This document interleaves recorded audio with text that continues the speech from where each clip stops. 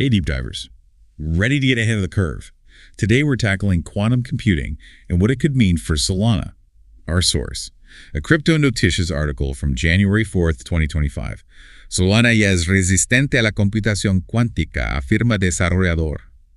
So pretty recent. Right. Basically, it asks, can Solana really stand up to quantum computers? Well, it's a question a lot of people are asking. Quantum computers have the potential to really shake things up. I mean, we're talking about harnessing the power of quantum mechanics. Calculations so fast our best supercomputers would look like toys. Okay, so back up for a sec. Yeah. For those of us who aren't, quantum physicists, what does that actually mean? Right, so think about regular computers. They use bits, like on or off, 1 or 0. But quantum computers use these things called qubits. It's like they can be on, off, or both at the same time. Both at the same time? Yeah, it's called superposition. That's what gives them so much power. So more options equals more processing power. Exactly. And that's what has everyone kind of worried, especially when it comes to cryptography, the kind that protects our digital world, including crypto. Oh, right. I see where you're going with this. Yeah. But how does that work with crypto specifically? So it all boils down to keys. You have a public key. Think of it like your address for receiving crypto. And then you have your private key. That's the secret code that unlocks your funds. Got it.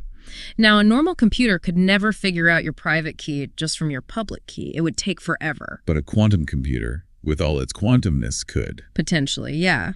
That's the fear, at least. Crack the code, steal the keys, and poof, gone. So is that it for crypto then? Is it all doomed? Because this article we're looking at seems to think Solana has a chance. They mentioned something called the Solana Winternitz Vault. Yeah, Solana's definitely not just sitting around waiting. This Winternitz Vault is their way of fighting back. Okay. I'm intrigued. How does it work? Well, imagine a secret message that self-destructs after it's read. It's kind of like that. Each transaction creates a brand new vault with completely new keys. So even if someone cracked one, they wouldn't get anything else. So every transaction is like its own little fortress. Exactly. Minimize the vulnerability. And here's the thing. Right now, it's optional. Wait, really? If it's so great, why isn't everyone using it? Well, I think some people are hesitant to change what they're used to. And there might be some trade-offs, like maybe slower transaction speeds. So a balance between security and convenience. This reminds me of something. Remember Satoshi Nakamoto, Bitcoin's creator? He actually predicted this quantum threat back in 2010. Yeah, he warned about it. Said quantum computers might one day be able to break Bitcoin's security. Wow. So what did he think we should do? Well, he didn't think it was the end. He believed the crypto community could adapt, find new, stronger algorithms. So kind of like what Solana's doing with the Winternitz Vault. Exactly. Always staying one step ahead. And that's what makes this also interesting. It's not about finding a perfect solution, but about adapting and evolving. Okay, so quantum computers could be a problem. Solana's working on a solution. But are we, on the verge of a quantum apocalypse right now? I don't think so. Those really powerful quantum computers are still a ways off. But things are moving quickly. Better to be prepared. So it's like a race. Cryptographers on one side, quantum computers on the other. That's a good way to put it, and the outcome is anyone's guess. Well, on that note, we're going to take a quick break, but don't go anywhere. We'll be back to dive even deeper into this quantum rabbit hole. We're back. Deep divers. Yeah. Still exploring the quantum frontier. This whole conversation has you thinking about just how much we depend on cryptography. I mean, we don't even realize it half the time. It's true. It's everywhere these days. Kind of like the silent guardian of the digital world. Yeah, every email, every purchase, every website you visit, it's all protected by cryptography. And it's always been evolving. Someone invents a new way to secure information. Then someone else finds a way to break it. It's a constant back and forth. Right, a cat and mouse game. But with quantum computing, it feels like the cat just got a rocket booster. Yeah, the stakes are definitely higher now. That's why we need to be proactive. Can't wait for the threat to arrive. Got to be ready ahead of time. Which is what Solana is trying to do with their Winternitz Vault. But are there other ways to deal with this quantum threat? Is Solana the only one working on this? Oh, not at all. There are a lot of smart people working on this problem. One interesting approach is something called lattice-based cryptography. Lattice-based? That sounds kind of mathematical. It is. It uses these complex structures called lattices to create cryptographic systems. And the idea is that these systems would be resistant to attacks from both classical and quantum computers. So it's like a different way of achieving the same goal. Exactly. Another tool in the arsenal. And it's all still under development. I think we'll see even more solutions as quantum computing progresses. That's pretty exciting. But it's also a bit overwhelming. What does all this mean for regular people who use crypto, like you and me? How do we protect ourselves? Well, the most important thing is not to panic. The crypto community is adaptable. We'll find ways to deal with this as it evolves. That's good to hear. But are there any practical steps we can take? Absolutely. Staying informed is key. Follow reliable sources, read articles, listen to podcasts. There's so much information out there. You don't have to be a quantum physicist to understand the basics. Knowledge is power, right? Exactly. Another thing to think about is where you store your crypto. Not all wallets are created equal. Some might be more vulnerable to quantum attacks than others. So do your homework before choosing a wallet. Right. Look for wallets that prioritize security and are working on quantum-resistant solutions. And of course, always use strong, unique passwords and two-factor authentication. Got it. Stay informed, choose wallets carefully, and follow best practices. But stepping back for a moment, what about the big picture?